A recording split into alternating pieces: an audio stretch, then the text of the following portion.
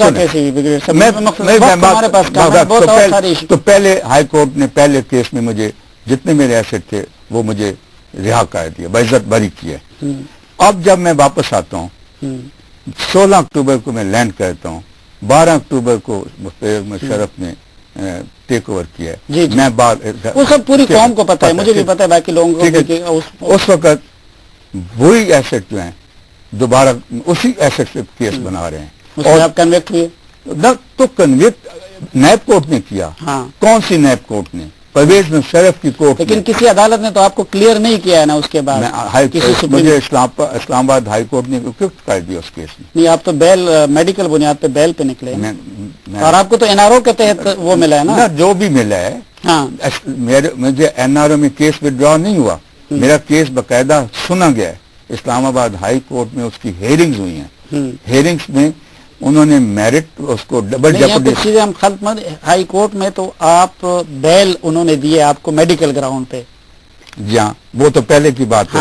اس نے NAB court کے فیصلے کو تو نل اینڈ وائڈ نہیں کیا ہے نا.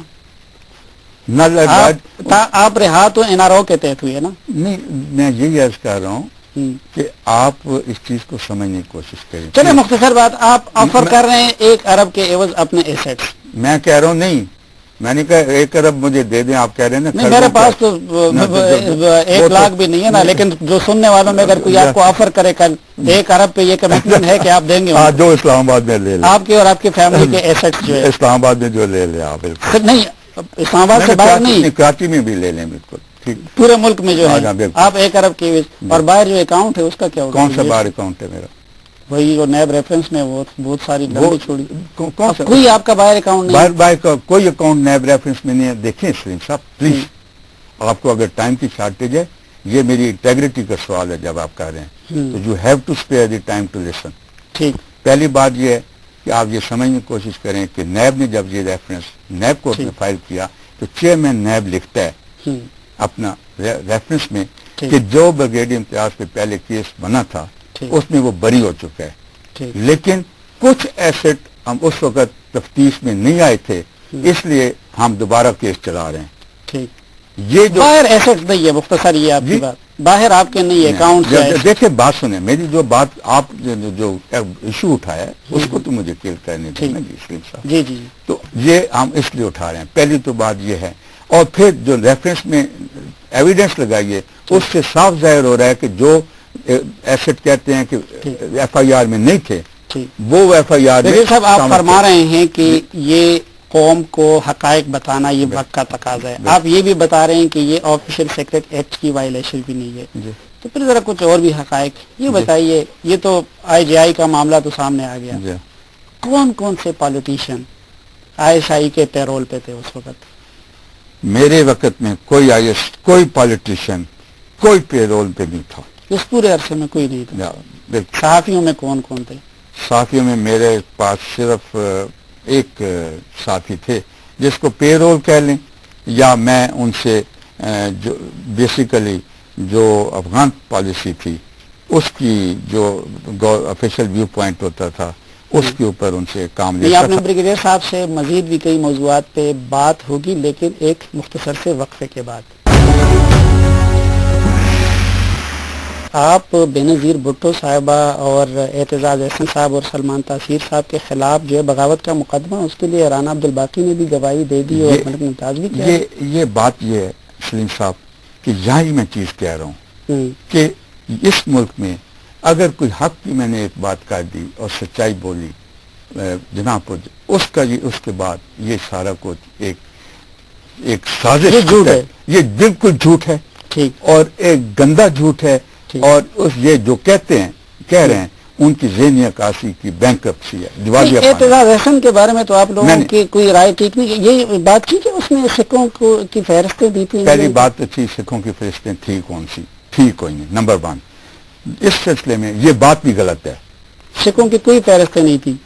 نہیں تھی اور اعتزاز احسن نے نہیں دی. یہ الزام بھی غلط ہے. یہ الزام بالکل غلط ہے اور اس کا میں آپ کو ثبوت دیتا ہوں. آپ مجیب الرحمان شامی صاحب زندہ ہیں، الطاف حسین قریشی صاحب زندہ ہیں، ایس ایم ظفر ایڈوکیٹ زندہ ہیں، بیرسٹر جو ایڈوکیٹ ہیں سپریم کورٹ کے.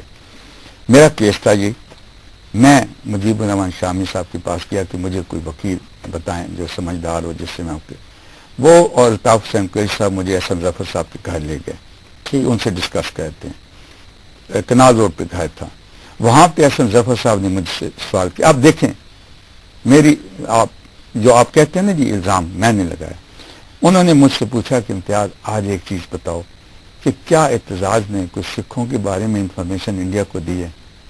میں نے کہا سر یہ بالکل سراسر الزام تراشی ہے اور اس میں کوئی سچائی نہیں. یہ میں بات مجھے لگتا ہے بریگیڈیئر صاحب یہ بھی جھوٹ ہوگا جو آپ کہتے ہیں کہ مصطفیٰ کر نے کور کمانڈروں کو اڑانے کا منصوبہ بنایا تھا، راہ کے ساتھ میں لے ہوئے تھے.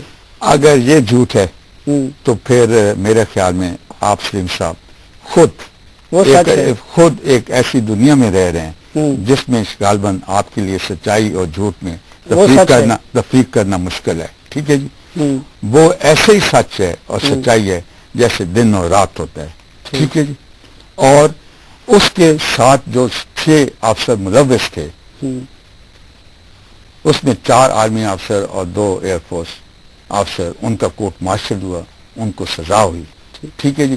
نہیں باقی چیزوں پہ گریڈیئر صاحب جب پوری فوج کہتی ہے، ISI کہتی ہے، وہ تو سب آپ کے نزدیک جھوٹ ہے، لیکن جو بریگیڈیئر امتیاز صاحب کہتے ہیں وہی سچ ہے. یہ کیا طریقہ ہوگا؟ میں نے کب کہا ہے کہ فوج جو کچھ کہتی ہے وہ جھوٹ ہے؟ کون سی بات میں نے کہی ہے؟ یہی فوج نے کہا تھا نا کہ جناپور کے نقشے نکلے ہیں، ISPR نے کہا تھا. تو بھائی آپ یہ اور آپ کہتے ہیں جھوٹ ہے. سلیم صاحب آپ پلیز اس چیز کو کیوں نہیں سمجھ رہے جب میں یہ کہہ رہا ہوں کہ فوج نے خود کہا ہے کہ یہ نقشے جھوٹ ہیں. کور کمانڈر کیا ہے؟ وہ فوج نہیں ہے. مصطفیٰ کر کے خلاف ان چیزوں پہ آپ لوگوں نے مقدمہ کیوں نہیں چلایا؟ آپ تو پھر جیل میں جا کے ان سے ملتے رہے. نہیں میں بات، اور وہ کہتے ہیں کہ میری منتیں کرنے آئے تھے. انہوں نے کہا اور میں نے اس وقت جواب بھی دیا ان کو. ٹھیک ہے، پہلی بات تو ہے کہ آپ کہہ رہے ہیں کہ اگر وہ ہے تو مقدمہ کیوں نہیں چلایا، میں اس کا بھی جواب دیتا ہوں. لیکن مجھے یہ جواب دیں اس سے پہلے کہ جب جناپور کے نقشے نکلے اور میجر ندیم کہتا ہے نکالے گئے، تو اس وقت فوج نے یہ ایک غداری تھی ملک کے ساتھ. ٹھیک ہے جی، ملک کو توڑنے کی. اس وقت حکومت پاکستان نے اس کے اوپر اس کا تو ان سے پوچھیں گے نا، آپ سے پوچھتے ہیں. آپ نے مصطفیٰ کر کے خلاف جب آپ کے پاس اتنے شواہد تھے، وہ راہ سے ملے ہوئے تھے، اس کی وہاں انڈین پرائم منسٹر سے ملاقاتیں ہوئی، تمام کور کمانڈرز کو اڑانا چاہتے، آپ نے ان پہ مقدمہ کیوں نہیں؟ پہلی بات یہ ہے کہ میرا کام تھا ایز انٹرنل سیکورٹی انچارج، میں نے تفتیش مکمل کر کے کیس ISI کے پاس مقدمہ چلانے کی کوئی پاور نہیں ہے، آپ کو یہ پتہ ہونا چاہیے. کوئی بھی ہمارا کیس ہوتا ہے ہم تفتیش کر کے وہ فوج کو بھیج دیتے ہیں. ٹھیک ہے جی، پھر فوج اس کا پاکستان آرمی ایکٹ کے تحت مقدمہ چلاتی ہے اگر وہ فوج کے ساتھ تعلق ہو. آپ نے تو ایک موقع پہ یہ بھی کہا تھا کہ MRD موومنٹ کے پیچھے بھی انڈیا تھی اور مصطفیٰ جتوئی صاحب بھی راہ کے ساتھ رابطے میں تھے. یہ میں نے کہیں کہاں کہا ہے؟ میں نے میرے ساتھ انٹرویو میں کہا ہے. نہیں، انٹرویو میں آپ دکھا سکتے ہیں، ہم نے مجھے لکھا ہے آپ نے. ان کا نہیں تھا کوئی MRD. نہیں جی، ابھی MRD کو بیچ میں نہ لائیں. نہیں کیوں نہیں لائیں گے؟ جب آپ حقائق بیان کر MRD آپ نے مجھے کہا تھا MRD کے لیڈر را کے ساتھ ملے ہوئے تھے. میں نے آپ کو یہ چیز اس طرح نہیں کی جس طرح آپ وہ کس طرح کہی تھی. لیکن پہلے مجھے جو ایک سوال آپ نے اتنا بڑا کیا ہے اس کا جواب تو دے دینا. جی جی، آپ ایک سوال کو بیچ میں چھوڑ کے آدھا میرے اوپر بہت چھوڑ کے تو وقت کی کمی تھی. آپ نے اتنی ساری چیزوں کو چھیڑا ہے تو میں نے نہیں چھیڑا، آپ نے چھیڑا ہے. آپ سوال ریز کر رہے ہیں، میں تو سب چیزیں ڈسکس ہو رہی ہیں اس لیے میں آپ نے جتوئی کا کہا ہے، ہم نے تفتیش کر کے کیس GH کو بھیج دیا اور وہ جیل میں تھا. ٹھیک ہے جی، کرکا کے جتوئی کا میں کھاد کی بات کر رہا ہوں. جتوئی کا آپ نے جتوئی کا نام لیا، مائی فالٹ. کھاد کا کیس بھیج دیا، اس کے اوپر کیس قائم کیا گیا، کیس پروگریس میں تھا، وہ اڈیالہ جیل میں تھا. جو اس نے کہا ہے کہ میں جیل میں گیا اس کی منتیں یہ بالکل جھوٹ ہے. میں جیل میں اس کے پاس کبھی نہیں گیا. جیل ISI ہیڈ کوارٹر میں مجھے DGI نے کہا کہ آج میڈم تمینہ آئیں گی، آپ ان کے ساتھ ڈسکس کریں کھاد کا کیس کہ اس کو کیا پوزیشن بنتی ہے. وہ میاں ساجد پرویز ملتان کے سیاستدان ہے پیپل پارٹی کا، اس کے ساتھ. یہ ایویڈنس آپ نے کس آرمی چیف کو دیے تھے؟ آرمی چیف نہیں، MI کو ہم بھیجتے ہیں. ہاں، اس وقت آرمی چیف کون تھے؟ آرمی چیف میں اس وقت میرے خیال میں اسلم بیگ بھی ہوں گے.